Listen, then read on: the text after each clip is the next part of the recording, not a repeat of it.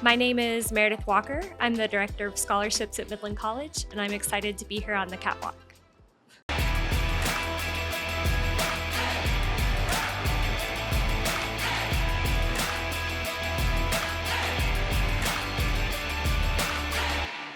The Catwalk is proud to partner with Second Story Co-working in downtown Midland. With shared Wi-Fi and free coffee refills, Second Story can help connect you with like-minded business leaders. Visit them today at secondstory.co. There is a powerful story behind every brand, and our mission is to make every storytelling easier so you can grow your business. Connect with us at thecatwalkmediagroup.com.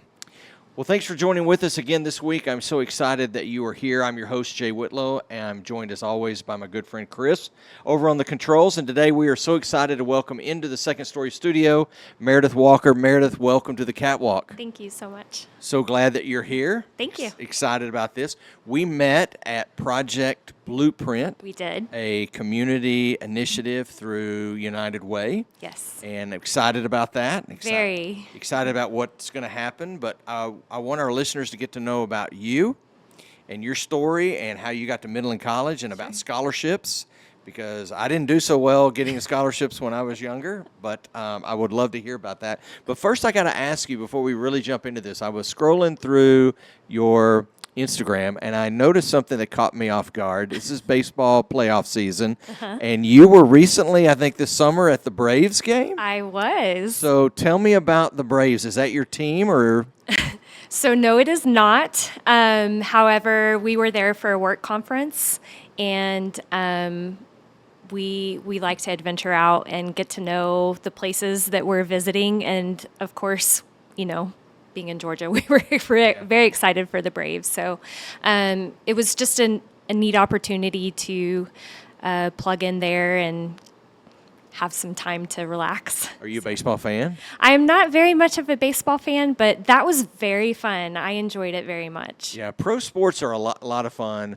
I know that with the World Series and stuff coming up, I saw that and I was like, please tell me she's not a Braves fan, because I've got some viewers and listeners who are huge Braves fans. Oh, yeah. And they're going to light me up on that by having a Braves fan on the show. So No, I am not. So let's talk about you. Let's get to Okay. know your story, your journey. Would you take just a moment, kind of give us your personal background, maybe where you're from, a little bit about childhood, and kind of walk us through that journey? Sure. So I am born and raised in Midland. I am a native Midlander, which is kind of hard to find these days. But I grew up here, and my family was very engaged in the community. My mom worked for a lot of nonprofits, Rape Crisis Center. My dad was an English teacher at the high school. So definitely, you know, being a part of the community in some capacity was what I was growing up in. My parents did divorce when I was younger, and that kind of shifted a little bit of my childhood and some of the innocence that is brought to that. So shortly after my parents' divorce, my dad remarried, and initially that marriage was really wonderful. We were really excited to have her. She just was a very good human. We were really excited. I was very excited. It made the divorce not seem so daunting for me. However, when they finalized their marriage and we got a little deeper in the time with her, her behavior and attitude changed, and she became very volatile and abusive to all of us, really, every single one of us, my father included. And that just really altered a lot of safety and security that I had known in my life, and that how my life started with my parents. And so I really struggled with it a lot. The abuse was pretty rough, verbal, physical, and I didn't know what to do, but I did know that it was not good and it was not safe. I had a little brother that was 3 years younger than me. We were about 7 and 4. So we We were little tiny humans dealing with very big things. And I would call out to my parents, my mom, and didn't really get a lot of help and support there. And police would come, didn't really get a lot of support there either. So school was really my saving grace for me. It was the only consistency I had in my life, that I felt like I could get a meal. It was safe. So I really found a lot of comfort and solitude there.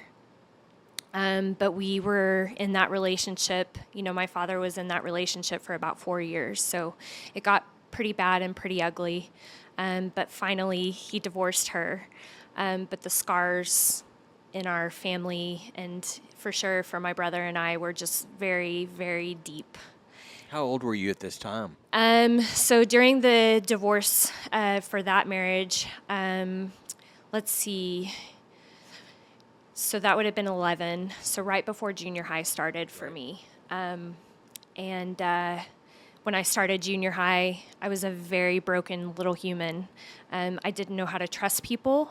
I really struggled with connection, and the biggest struggle I had was just my self-worth. So I got picked on a lot, pushed down the stairs at the junior high. I mean, it just was really tough. But when I entered into high school, I joined a church choir that really was kind of a saving grace to my heart a little bit.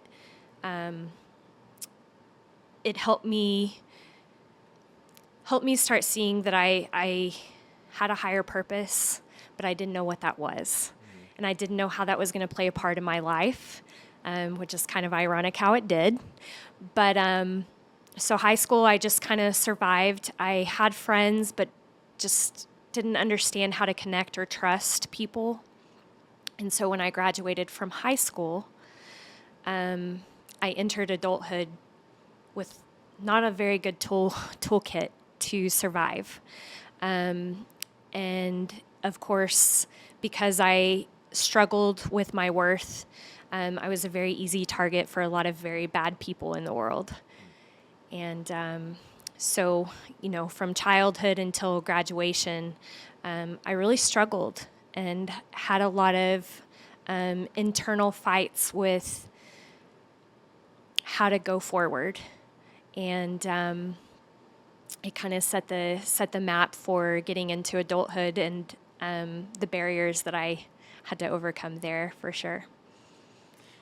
So you're in adulthood now. You're out of high school. You're from Midland. You struggled with all that with your parents, 2 divorces. But you said school was a saving space for you. It was a safe space. And in the church choir was safe space. Were you the soloist? Did you sing a lot in the choir? I did do some solos for sure. I did not know that you had a great voice. I don't know that I do, but I do enjoy singing. And with the church choir, we were singing a lot about love and forgiveness, and those were very hard words for me. They were very challenging, but in those songs, I felt the words. And so it helped me with some of the barriers that I had to overcome in adulthood, even though it took some time to navigate through. But I was able to take some of that time in the choir to really work on myself and build myself from scratch. So you were basically starting over once you got into adulthood. Now walk me through what that journey looked like, because obviously things just weren't perfect at that point, because you were coming out of that. You were finding yourself again. It's amazing to me when you say the words that you were singing about love and forgiveness were hard for you, right? So walk me through that next phase of life now that you're in adulthood. So for me, I knew that I wanted to go into college, but that was a very scary thing for me because I had the support from my family of going to college. I come from, scholars, and so it was definitely a conversation we had at the dinner table. but I was very scared of the people that I would encounter and face. And I was right to be scared. Because again, I was a very broken human. And so I met my first real relationship that, he definitely saw that I had some issues that were not bad, but definitely were easy to prey upon. And so he would tell me all the things I wanted to hear, of course, and very quickly into the relationship, I found out that he was living in a halfway house for recovering addicts. And but I'm a fixer by nature, so I like to see the good in everybody, and I gave him that grace, and was probably not the best idea to do so. But he very quickly made himself known in his patterns in his life. So he was very heavy into drugs. He dealt drugs. And my family at the time was definitely not impressed by him in any capacity. Of course, they had a right to be. Sure. However, I didn't understand. I didn't have a red flag going up internally saying this is not a good idea. So I remained in the relationship, and he went to prison. And I was in a situation where, he had been connected to the cartel and was doing some, not very honorable things, but it caught up to him, obviously. And so after he went to prison, I didn't have a car. I didn't have a job. Were you here in Midland? I was here in Midland, not too far from here. Yeah. And I was the only white person on the street. And my house was a target for breaking in because they knew what was coming out. And so I knew I wasn't safe. So I walked downtown here and found a job downtown so I could walk to it. And got myself enrolled in school and started taking a couple of classes here and there at Midland College. So I was going to school full-time, working full-time. My family at that point kind of stepped back into my life, and we worked together to try to get myself back on my feet a little bit.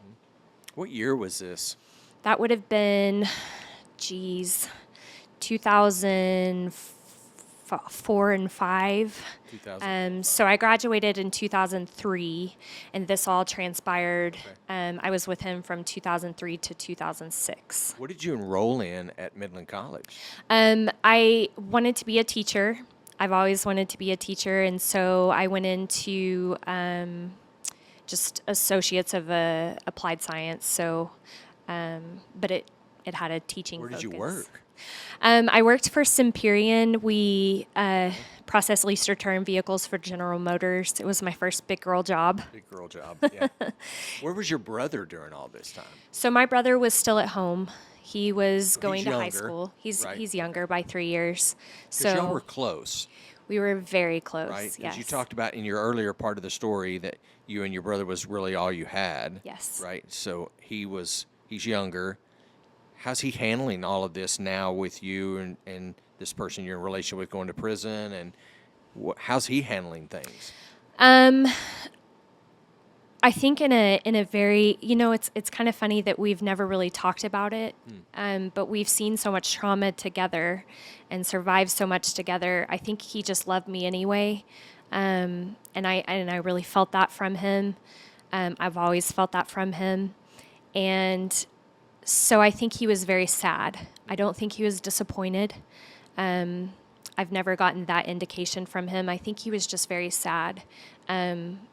But he also was struggling with his own things from that time of our life, for sure. All right, so this relationship you're in, the guy goes to prison. Yes. You go downtown, you walk downtown, you find the job, you enroll at Midland College. Things are starting to go in your favor, do you think? Things are starting to look up. I'm finally seeing that this is what I should have done from the start. And as soon as things got going right, he got out of prison. No. Yeah. And came back. And came back and made a lot of empty promises. You know, I'm going to do better. I'm done with drugs, all the things. Obviously, he has a cycle and a pattern of his life. And so that did not happen. That did not occur. And I then found out I was pregnant. And I was terrified because I knew I was caught right back in a cycle that I did not want to be a part of. And at 14 weeks pregnant, he picked me up and threw me. And that was a moment in my life where I realized I could take a punch, but there was somebody that couldn't. And so I pulled a trash bag out of the trash can, put clothes in it, and I left that relationship. So I kind of like to think that I started my life from a trash bag, which is kind of wild, but I truly feel that way. It's the first time that I made a decision in my best interest for myself. Where did you go? I got in touch with my family, and I moved in with them, and because I just was coming from not a very good situation. And so I moved in with my mom and my stepdad and was allowed to go to school. And I was working still, but, you know, I had a kiddo on the way. And I started feeling a lot of fear for what my life was going to look like. I felt like I had something bigger and greater to give the world than what I had given it, which wasn't a lot. But I took a chance on myself and stuck with school and graduated from Midland College with my associates. It took me 5 years. So I graduated in 2008 as a single mom. And that was the start to the next adventure. Another adventure. I right? know. But this was also a start of self-discovery, learning what my worth and value was in the world. And it didn't mean I didn't have hurdles. I still did. But I definitely started seeing my own light, and it was shining a little bit more each and every day. The first time that I really felt like I was ready to enter this next phase was actually the day before I had my son. I stepped outside. It was a really long day at work. I had school that day, and it was the first time in my life that I had seen every beautiful color of the sky in the sky. Right. So it was purple, it was pink, it was blue, it was orange, and I just found myself kind of having a conversation with God, or whoever was listening, and I just said, I'm ready. I'm ready to be a mother. I'm ready for what you have planned for me. I'm terrified, but I think I can do it. And the next day, Jacob was born, my oldest. And he's going to Tech He is going to Tech. this year? He Or will next be year? starting next year. So Next he year. will be, he did the early admissions and got accepted. So cool. He plans on doing chemistry out of all things. Awesome. All right, so you had this discovery, you had this moment, you had this time in your life. Jacob was born, right, Jacob? Yes. Yeah. You graduated. Yes. What was next? So my family sat down with me and asked if I wanted the opportunity to go to Texas Tech without having to work. And I said yes. It didn't even take me any kind of thought to Take you think. very long, yeah. And so Jacob and I packed ourselves up and we drove up to Lubbock to get ready for me to attend Texas Tech. He was 3 at the time. Yeah. And I knew that I was going to just knock it out of the park. Whatever it took, I was motivated to finish my education at all costs. Right. So I enrolled in Tech and started my degree in multidisciplinary studies, specializing in fourth through... Single mom Yes, with a 2-year-old. with a 2-year-old. Not the traditional college student. Not the traditional, Okay. very non-traditional. Yeah. And it just clicked. I was working with students. I was doing what I loved. I was in education, an education major basically, and it was right where I belonged. I was working with middle school students, which I know that that's a struggle for most people, but that was my bread and butter. That was the time of my life where I needed somebody to step in and say, "You're worth something." So I got to experience a lot of really wonderful schools in the LISD district. And I got the opportunity to first start as a long-term sub at the all-girls school at Talkington. And some little whispers were going on about me. And at Alderson, which had a very high gang population, they were looking for a new teacher in the science division. The previous teacher was making some very unwise choices with some drugs and all the things with the students. And so my interview consisted of the principal, a police officer, a bunch of men, basically. And they were trying to get me to come and work in their all-boys classroom, 7th and 8th grade boys. Wow. And they kind of looked at me and thought, there's no way that this girl is going to be able to cut it. And I was just thinking, I've literally met cartel members. These kids are fine. I like, you don't need to put a security guard in my office. What I've lived through. Yeah. But I did explain a little bit about my background because I felt like that was important for them to understand. I got it. Yeah. And so it was very Michelle Pfeiffer, Dangerous Minds. I walked in. They were very Great movie reference, by the way. very much so. Yeah. I got called all the names in the books, and I knew that was going to happen. But I knew I needed to earn their respect before I could ever expect them to do anything.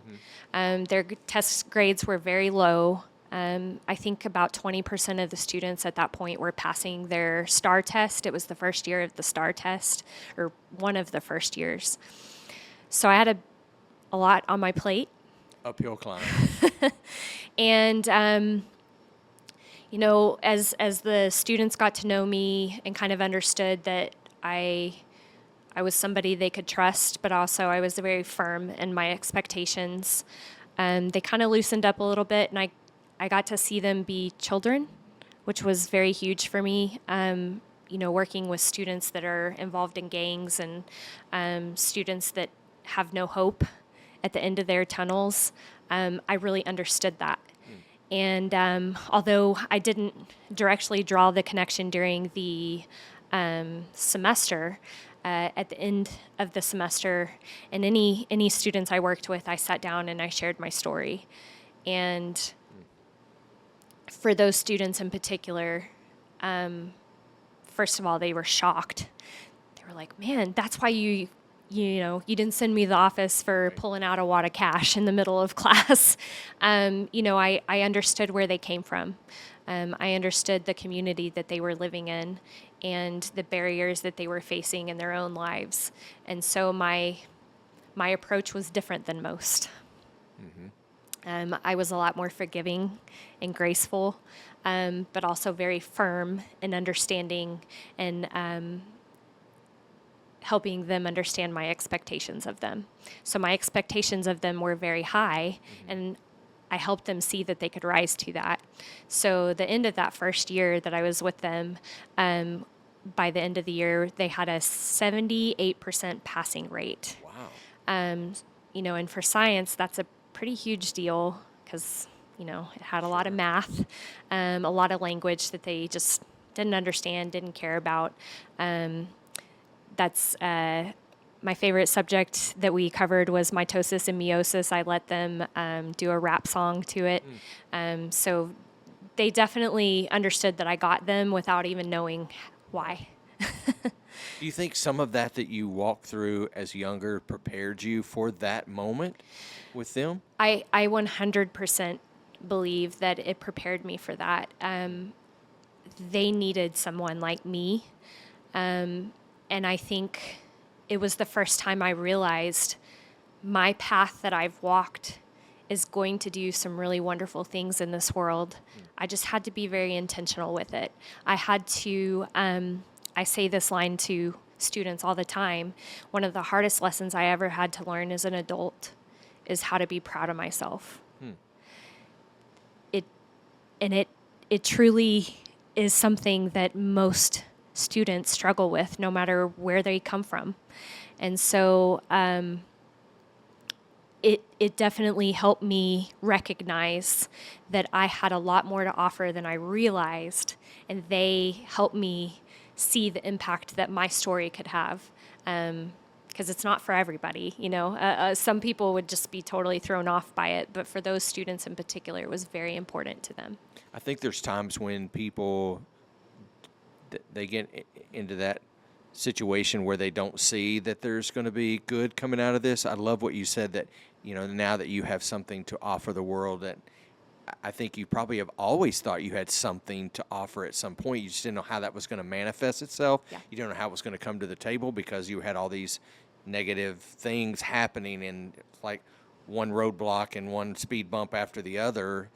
Did you ever get to that point where you were ready to give up and just say, this is never going to happen for me? Absolutely, all the time. Even after Jacob came along, and I felt like I was making a lot of really good choices. I felt like that was at such a cost for me, and I didn't know how to bring my value to a table and help people see the light with that. So it definitely was a struggle for me, for sure. And there were times that I definitely second guessed my smart choices. Again, I came from a life and a time in my life where I was told I was a nothing. Nobody was going to love me. I was, going to be worthless. And that stuck with me my whole life, even well into adulthood and motherhood. So did you graduate from Tech? I graduated from Tech. So you graduated and you're working at this school, right? Mm-hmm. Did you finish that up and then move to Midland, or? I did. Walk me through that part. So I had met my children's father during that time. He brought a lot of structure and kindness and forgiveness to me, because I was definitely like a baby deer learning how to walk in adulthood. And he took care of me. He took care of Jacob.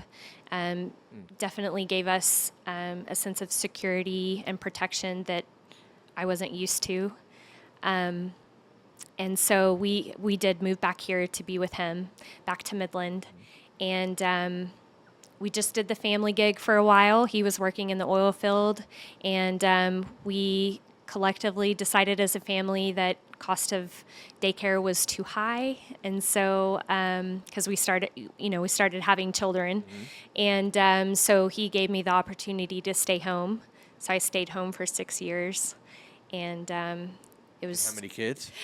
So we have 3 in total. So Jacob, and then 2. and then 2. Braylon is the middle, and then Ella is the youngest. Okay, all right. And so you got to stay home. You got to take care of things. Yes. Okay. However, during that time of my life, I began disconnecting and feeling my value and worth depleting. He was working 2 weeks on, 1 week off, and our family was just kind of in chaos, crisis mode. I was struggling on my own to take care of all the kids, and he was struggling with connecting to home when he was home. So we decided to try to shake things up a little bit and move to Crowley, which is outside of Fort Worth. And he was still working here in the Permian Basin, and I just loved being in Crowley and Fort Worth area. It was a different mix of people. We found a good church community there and plugged right in. And in that connection, I met one of the women there that worked at a school in Mansfield, and she worked in a special ed classroom, and she just wanted me so bad to come and work with her. She was willing to make whatever kind of arrangements I needed to make sure I was home with my children as much as possible, but she just wanted me in the classroom.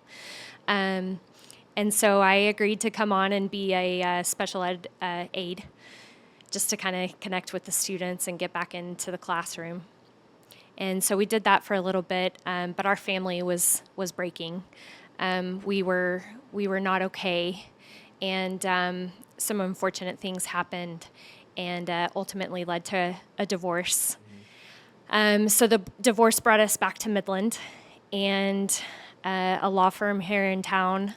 I knew some of the individuals that worked there, and they were really kind of trying to persuade me to come and work for them. And so I agreed and worked at a law firm here in town for about a year and a half until Midland College started calling my name. Right.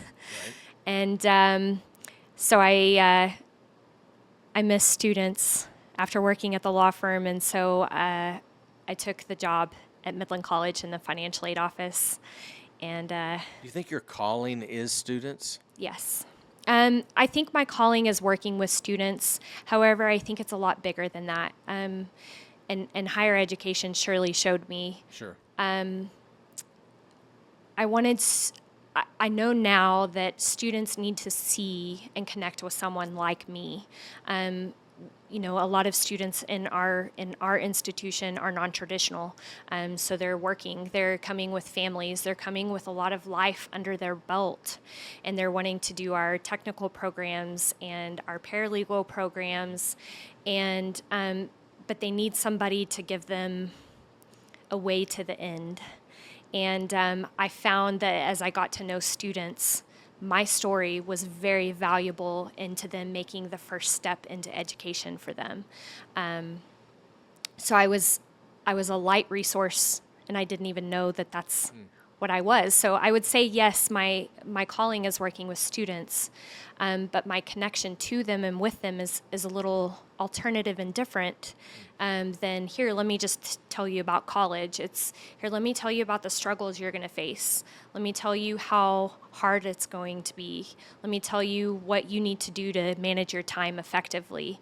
And when I was doing that, I was seeing students make better choices for their education, but also because of those better choices, they were staying and completing their programs. So retention was happening because retention of was the way happening. You were helping structure their life and their focus. So, okay, so this is fascinating to me because most people that I talk to would give up, right? They would stop. They would, or they would keep going down that road. Break the cycle, or they wouldn't break the cycle. You chose to break the cycle eventually. Yes. I applaud you. Your son is about to go to college. That's amazing. You've got the other two. You didn't quit. You kept going. You're not afraid to share that story. So you are the open book on the college campus. A lot of college students will come. My son is going to tech, and he's got that distant relationship with the counselor, distant relationship with the scholarship office and stuff. And I try to tell him, they're real people, they're human, that he sees it as kind of a disconnect or something. What's that misunderstanding that students may have of a person in your role at the school? When the first time I'm there and I'm like, you got to go talk to Miss Walker, and they don't want to do that because of that misunderstanding. How do you deal with that? I think a lot of it has to do with exactly that. They don't understand. They don't have the information, and they feel like they have to come with it. And so I think the barrier to them is that they are supposed to have it all figured out when they walk through the door, and that is just not the case. We really take the time to walk them through First we just connect to them and get to understand their story and understand what they're bringing to their educational table so we can help them understand what this walk is going to look like. And I think it helps them understand, okay, maybe I don't need to be in full time. Maybe I can just take a couple of classes every semester and take 5 years to graduate with my associates. Maybe that's okay. Or maybe I'm a first gen student and I don't have any support system, but this office or this institution is directly invested in me and wants to understand how they can support me and help me. I think the hardest part is just walking through the door for sure. Sure. So when students come into your office, I'm assuming that you are the leader of that, Yes. Director of scholarships? Yes. Right? That's correct. So I want to dive into that a little bit in the time we have left. Okay. So a student comes in, they're apprehensive, they don't really have the clue what they're going to do. Do you talk to them differently than the person who comes in and goes, here's my schedule, here's what I want to do in the next 10 to 15 years? Do you have to compartmentalize? Do you have to shift when different students come in? How do you deal with that? Because obviously being at Midland College, it's not the traditional student like at Tech or whatever. But I think the traditional student is out the window today anyway. Sure. So walk me through, how do you shift between the student who's got it all figured out and the student who has no clue and they're like, help? So we use a phrase in our office and say it takes a year to learn how to do college.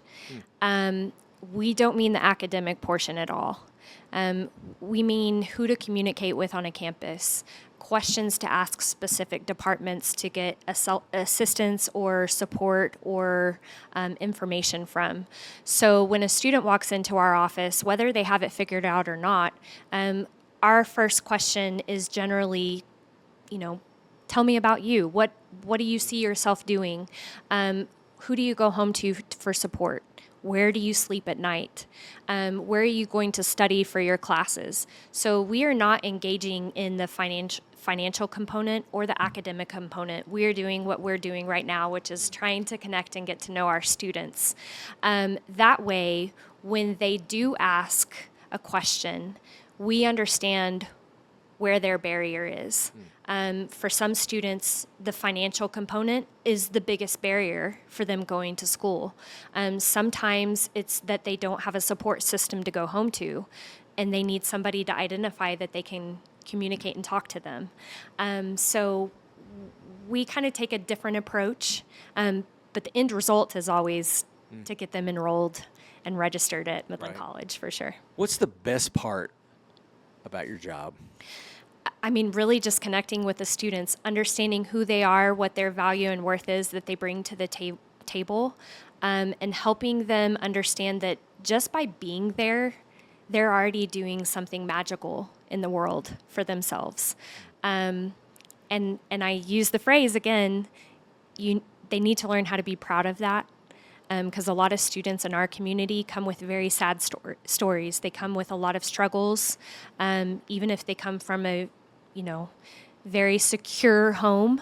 There's a lot of insecurity in the unknown, and that's a very real issue to have, no matter where you come from.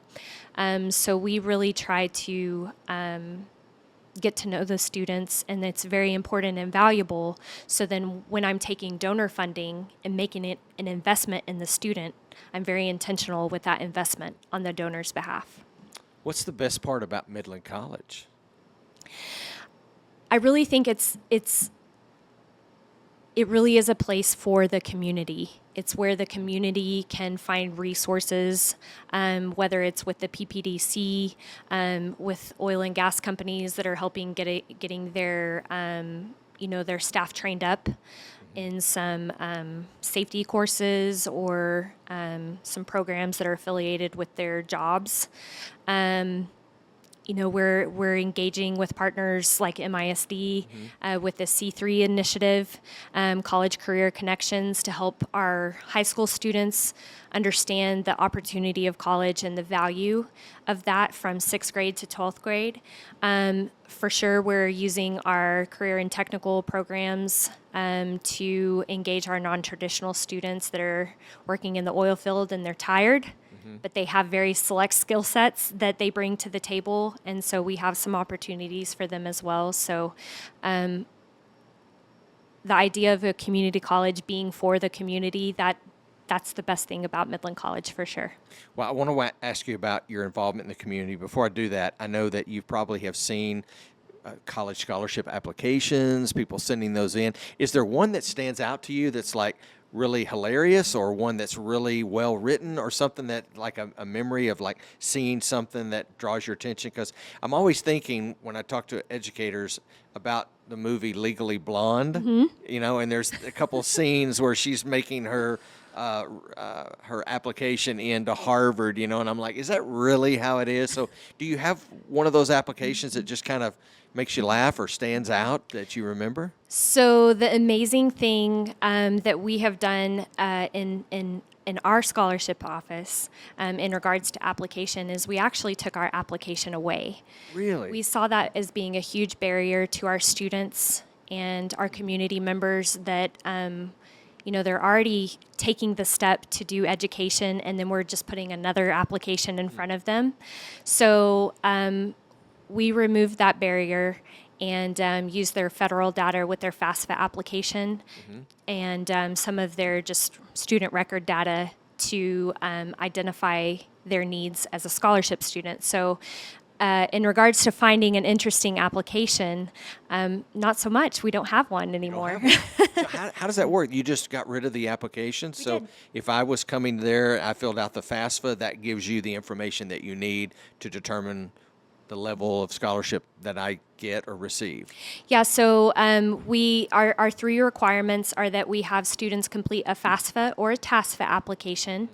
We do ask that they're enrolled in 6 hours, although if we do have non-traditional students that are not able to do that because of work or personal circumstances, we try to work with that population of students as much as possible on the hours that they're enrolled. And then we expect students to maintain a 2.5 GPA or higher. While some of our donor funds do require a 2.0, we have found that by raising the bar, they generally raise with it. So, and what we've seen is that by getting rid of the application, before, when we did have an application in place, we were only serving about between 250 and 400 students a semester.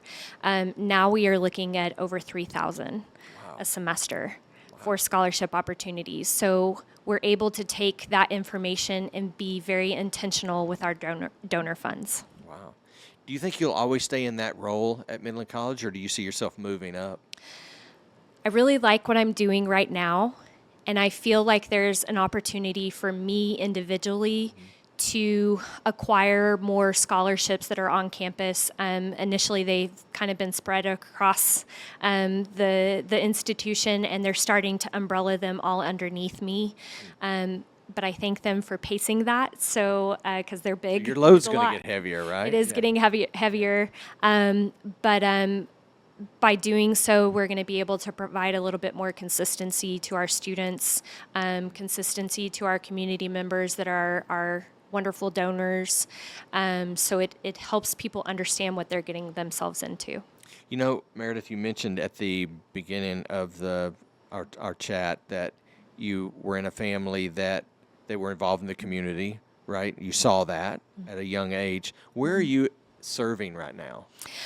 So right now I'm using my tie to the college to plug in very intentionally into the community. So I'm working with partners like Buckner. I actually just gave a presentation to them a couple of days ago, and they've already asked me back to come and talk to their As they should. teenage students that are in a little bit of trouble. And so I'm really engaging in those kind of connections here in the community. I'm trying to see where my value and what I can bring to the table plays into the community and what the needs of the community are. In getting to know our students, I'm also seeing what resources they're utilizing. And so my intent is to work with Family Promise, Safe Place, the Salvation Army. We have a lot of homeless students, which is heartbreaking, but it's true. And so I'm I'm trying to plug into the community in that capacity so that I can be a bridge for the community to Midland College. I applaud you for that.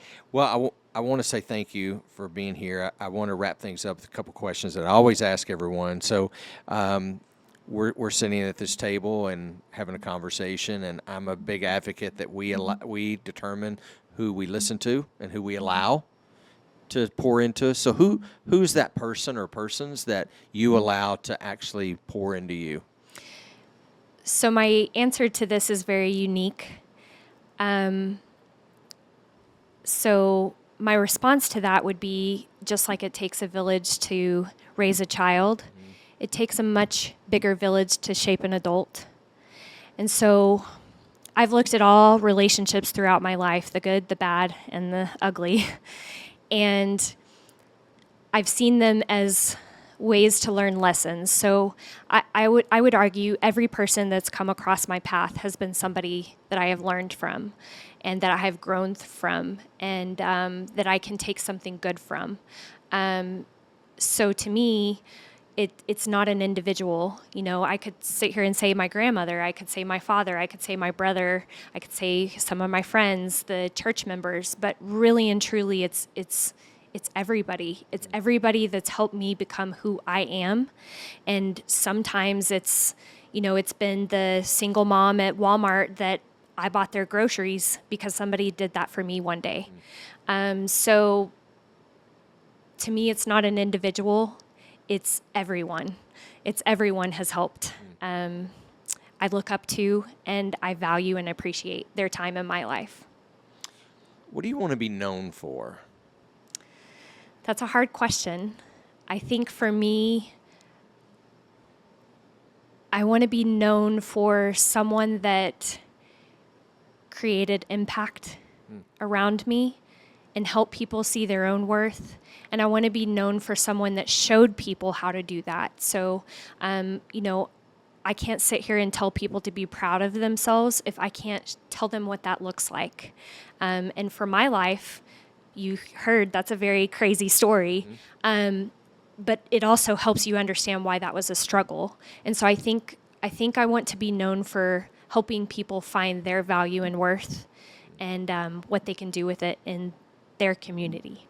Well, I'm excited to know that our college here in Midland has someone like you that's meeting with students who may come in not feeling worthy, not feeling like they're loved and valued, and you can say, I've walked in your shoes, not telling someone else's story, but telling your story. And thank you for sharing your story here, and I look forward to working with you with United Way and the Project Blueprint that we're both a part of, and excited about that. So again, thank you so much for being here. Meredith Walker, everyone. Thank you for joining with us. If you enjoyed this conversation, we would love for you to like, share, and subscribe on all of our platforms. Big shout out to Chris for producing. Second Story for the great studio. You guys have a great week. We'll see you next time.